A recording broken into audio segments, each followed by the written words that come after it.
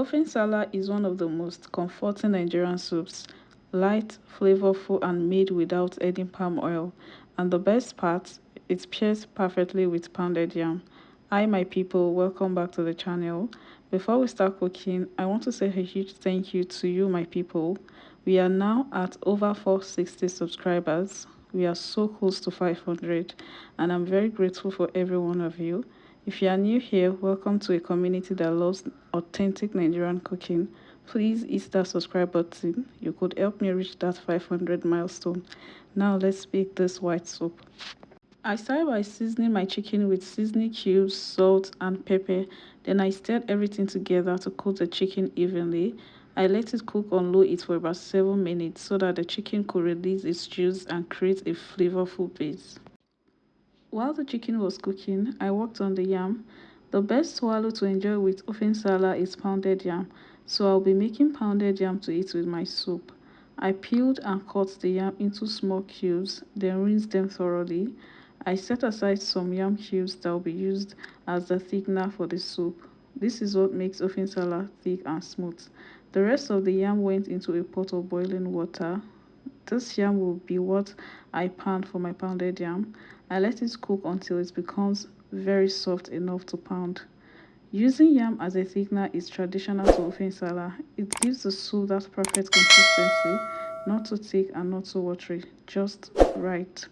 So if you know that your yam is very dirty, there are some yams that are really sandy that you have to wash it before you cut it. Please ensure that you wash your yam properly to remove all the sand before you peel it.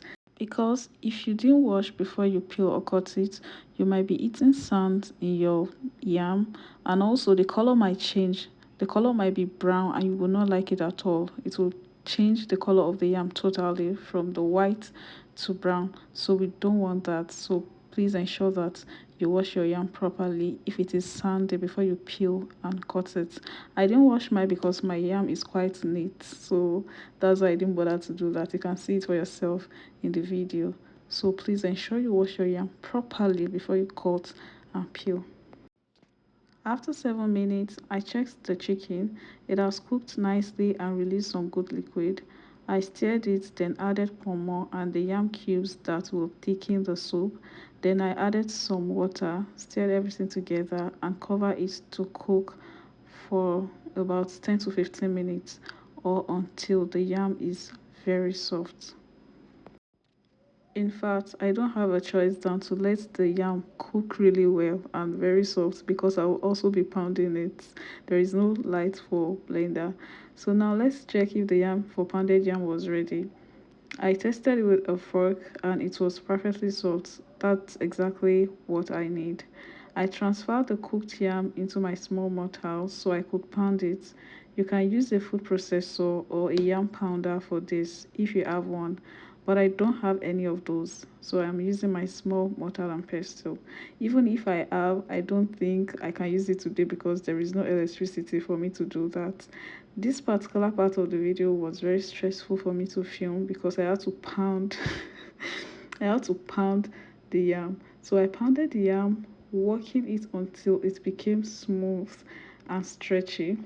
While pounding, I added some of the hot water that was used to cook the yam.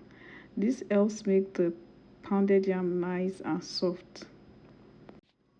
Look at that pounded yam, perfectly smooth and ready. Now if you are enjoying this recipe so far, please hit that like button, and if you haven't subscribed, click subscribe. My people, we are so close to 500 subscribers. Also comment below, do you prefer Ofe Nsala with catfish or chicken? I will be in the comment section. Thank you. So let's check the soup base. The yam cubes for the thickener have cooked and become soft. I scooped them out of the pot and set them aside. Then I added more pepper to the soup. You can use the amount you can handle. I like my soup spicy, so I added quite a bit. I also added the smoked and dried catfish and stockfish. Then I added some seasoning cubes, Cameroon pepper for extra heat, then crayfish for that rich flavor. I also added Uziza seed powder for aroma and pepper soup spice, then Ogiri. Ogiri is very important for authentic Ofe Nsala. It is what gives the soup that traditional taste. I use my spatula to dissolve the ogiri completely into the soup, breaking it up so it mixes in well. After stirring everything together, I added more water to get the right consistency. Then I covered it and let it cook for about 5 minutes. All those spices need time to blend together and create that deep, complex flavor white soup is known for. The next thing to do now is to pound the yam cubes we removed earlier. I pounded them in my small mortar to turn them into a paste. I could have used a blender for this, but there was no electricity, so I had to pound it by hand. Trust me, it was hard work.